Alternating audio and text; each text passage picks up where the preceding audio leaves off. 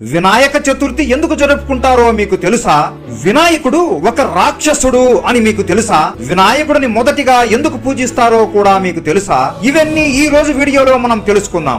Video miss అవ్వకుండా చివరి వరకు చూడండి. ప్రతి ఒక్కరూ ఈ వినాయక చవితి రోజున ఈ విషయాలు తప్పకుండా తెలుసుకోవాలి. పూర్వం గజాసురుడు అనే ఒక క్రూరమైన రాక్షసుడు ఉండేవాడు. అతని శరీరం మనిషిలా ఉండి తల మాత్రం ఒక ఏనుగు తలలా ఉంటుంది. గజాసురుడు శివుడికి కఠోరమైన తపస్సు చేస్తాడు, కానీ శివుడు మాత్రం అస్సలు చెలించడు. గజాసురుడు కూడా పట్టు వదలకుండా ఎన్నో ఏళ్లు ఆపకుండా తపస్సు చేస్తాడు. చివరికి శివుడు ఆ తపస్సుకు మెచ్చి అక్కడ ప్రత్యక్షమయ్యి, చెప్పు గజాసురా, నీకు ఏం వరం కావాలో కోరుకో అని అడగగా గజాసురుడు నవ్వుతూ, స్వామి, మీరు ఎల్లప్పుడూ నాతోనే ఉండాలి అనే ఒక్క కోరిక తప్ప నాకు ఇంకేమీ వద్దు. అందుకే మీరు ఎల్లప్పుడూ నా కడుపులోనే ఉండాలి స్వామి అని వరం కోరుతాడు. ఇచ్చిన మాట తప్పకూడదు కాబట్టి, సరే నాయన తదాస్తు అని శివుడు గజాసురుడి కడుపులోకి వెళ్ళిపోతాడు. అప్పుడు గజాసురుడు గట్టిగా అని నవ్వుతూ, ఈ ఈశ్వరుడే నా కడుపులో ఉండగా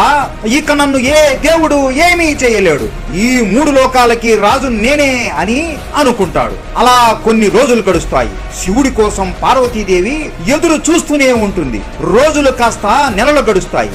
ఆమె ఆహారం కూడా స్వీకరించకుండా శివుడి కోసం ఎదురు చూస్తూనే ఉంటుంది. కానీ శివుడు మాత్రం వెనక్కి రాలేడు. పార్వతీదేవి విష్ణువుని పిలిచి, నా పతి జాడని కనిపెట్టండి అని కోరుకుంటుంది. విష్ణువు తన దివ్య దృష్టి ఉపయోగించి పరమశివుడు గజాసురుడి కడుపులో ఉన్నట్లు తెలుసుకుంటాడు. ఆ గజాసురుడి సంహారానికి గంగరెద్దే ఉత్తమము అని ఆలోచించి విష్ణువు నందిని పిలిచి, నువ్వు ఒక గంగిరెద్దులాగా మారు అని ఆజ్ఞాపిస్తాడు. వెంటనే నంది ఒక గంగిరెద్దులాగా మారిపోతాడు. విష్ణువు కూడా గంగిరెద్దుని ఆడించేవాడిలాగా వేషం మార్చుకొని సన్నాయి వాయిస్తూ గజాసురుడి రాజ్యంలోనే ఆటలాడిస్తూ ఉంటాడు. అది గజాసురుడు విని, ఆ గంగిరెద్దులాడించే వాడిని నా వద్దకు పిలుచుకుని రండి అని భటులకి ఆజ్ఞాపిస్తాడు.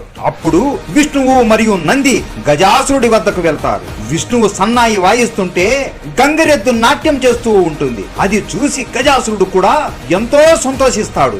భలే చాలా బాగా వాయించారు, నన్ను ఎంతో సంతోష పెట్టారు, మీకు ఏం వరం కావాలో కోరుకో అని అంటాడు.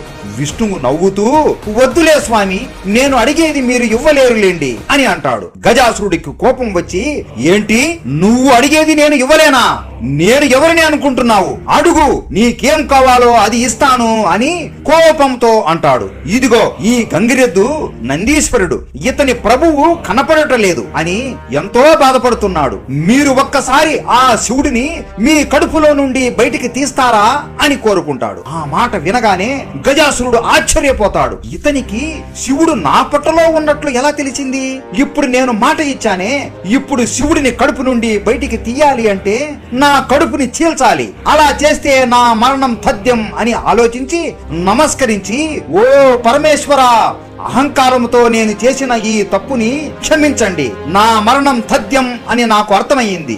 నేను చనిపోయే ముందు నాది ఒక కోరిక ఉంది, దయచేసి ఆ కోరిక తీర్చండి. నేను చనిపోయిన తరువాత కూడా ముల్లోకాలు నా శిరస్సును పూజించేలా మీరే చేయాలి స్వామి అని కోరుకుంటాడు. వెంటనే గంగిరెద్దు రూపంలో ఉన్న నంది కాలు దువ్వి గట్టిగా అరుస్తూ పరిగెత్తుకుంటూ వచ్చి కొమ్ములతో ఆ గజాసురుడి పొట్టను చీల్చేస్తుంది. అంతే, వెంటనే గజాసురుడి పొట్ట నుండి ఒక దివ్యమైన వెలుగు వస్తుంది. ఆ వెలుగు నుండి పరమశివుడు వస్తాడు. కింద పడిపోయిన గజాసురుడి తల మీద శివుడు చెయ్యి పెట్టి, నువ్వు నా పరమ భక్తుడివి గజాసురా, నువ్వు అనుకున్నది జరుగుతుంది అని మాట ఇస్తాడు. కైలాసంలో తన భర్త ఇంటికి వస్తున్నాడు అని తెలుసుకున్న పార్వతీదేవి అభ్యంగన స్నానం చేయాలి అని అనుకొని ఆమె ఒళ్ళంతా నలుగు పిండిని పూసుకుంటూ ఉంటుంది. సంతోషంతో ఆమె ఒంటి మీద ఉన్న పిండితో ఒక చిన్న పిల్లవాడి విగ్రహం తయారు చేస్తుంది. ఆ విగ్రహం ఆమెకి చాలా నచ్చుతుంది. ఆ విగ్రహాన్ని తన కొడుకు అనుకుని ప్రాణం కూడా పోస్తుంది.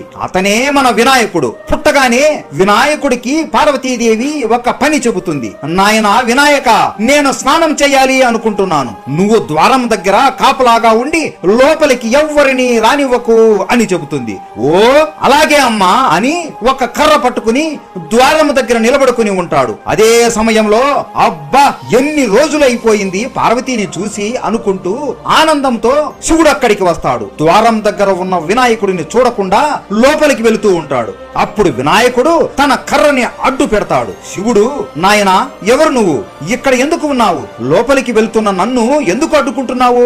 నేను ఎవరో నీకు తెలుసా అని అనగా, మీరు ఎవరైనా సరే నాకు సంబంధం లేదు. నేను పార్వతీమాత కుమారుడిని. మా అమ్మ నన్ను ఎవరిని లోపలికి రానివ్వకు అని చెప్పింది. మిమ్మల్ని లోపలికి పంపలేను, క్షమించండి అని చెబుతాడు. అప్పుడు శివుడు నవ్వుతూ, ఓహో, నువ్వు పార్వతీ కుమారుడివా? అయితే నువ్వు నాకు కూడా కుమారుడివే. నేను పార్వతీ భర్తను, నీకు నేను తండ్రిని అవుతాను అని అంటాడు. అది వినగానే వినాయకుడు ఎంతో సంతోషిస్తాడు. తండ్రికి నమస్కారములు, మీరు కొద్దిసేపు వేచి ఉండండి, అమ్మ స్నానం చేస్తుంది అని ఎంత చెప్పినా కూడా శివుడు ఏమాత్రం వినకుండా, లేదు లేదు, నేను ఇప్పుడే పార్వతిని చూడాలి అని అంటూ ఉంటాడు. అలా కొద్దిసేపు వాళ్ళు ఇద్దరు వాదించుకుంటారు. ఆ వాదన కాస్త పెద్ద గొడవలాగా మారిపోతుంది. ఇక శివుడికి కోపం వస్తుంది. అక్కడే అతి వీర భయంకరమైన నాట్యం చేసి తన త్రిశూలాన్ని తీసి ఒక్కసారిగా వినాయకుడి పైన వదులుతాడు. వినాయకుడు అమ్మా అని గట్టిగా అరుస్తుండగా వినాయకుడు తల వేరు అయ్యి కింద పడిపోతుంది. పార్వతీదేవి పరుగు పరుగున బయటికి వచ్చి చూడగా వినాయకుడి తల వేరు అయి ఉంటుంది. పార్వతీదేవి గుండె పగిలిపోతుంది. ఆమె గట్టిగా బాధతో ఏడుస్తూ, ఎందుకు స్వామి ఇలా చేశారు? చిన్న పిల్లవాడు అని తెలిసి కూడా ఎలా చేశారు స్వామి? ఎందుకు ఇలా చేశారు? ఇప్పుడు కాని ఈ పిల్లవాడిని నువ్వు బ్రతికించకపోతే ఈ లోకాన్ని నాశనం చేస్తాను అని గట్టిగా ఆవేశంతో అరుస్తూ ఏడుస్తూ ఉంటుంది. శివుడికి ఏం చేయాలో అర్థమవ్వదు. పార్వతీదేవి ఏడ్చే శబ్దానికి ప్రళయం వచ్చేలా ఉంటుంది. వెంటనే భటులను పిలిచి, మీరు ఉత్తర దిక్కు వైపు వెళ్ళండి. ఏ జీవి అయితే ఉత్తర దిక్కున ఉంటుందో దాని తల ఇక్కడికి తీసుకుని రండి అని ఆజ్ఞాపిస్తాడు. ఆ భటులు ఉత్తర దిక్కున వెళ్లి చూడగా ఒక ఏనుగు తల అక్కడ పడి ఉంటుంది. భటులు శివుడి ఆజ్ఞ అనుసరించి ఆ ఏనుగు తలని శివుడి దగ్గరికి తీసుకుని వస్తారు. ఆ ఏనుగు తల ఏదో కాదు, అదే గజాసురుడి తల.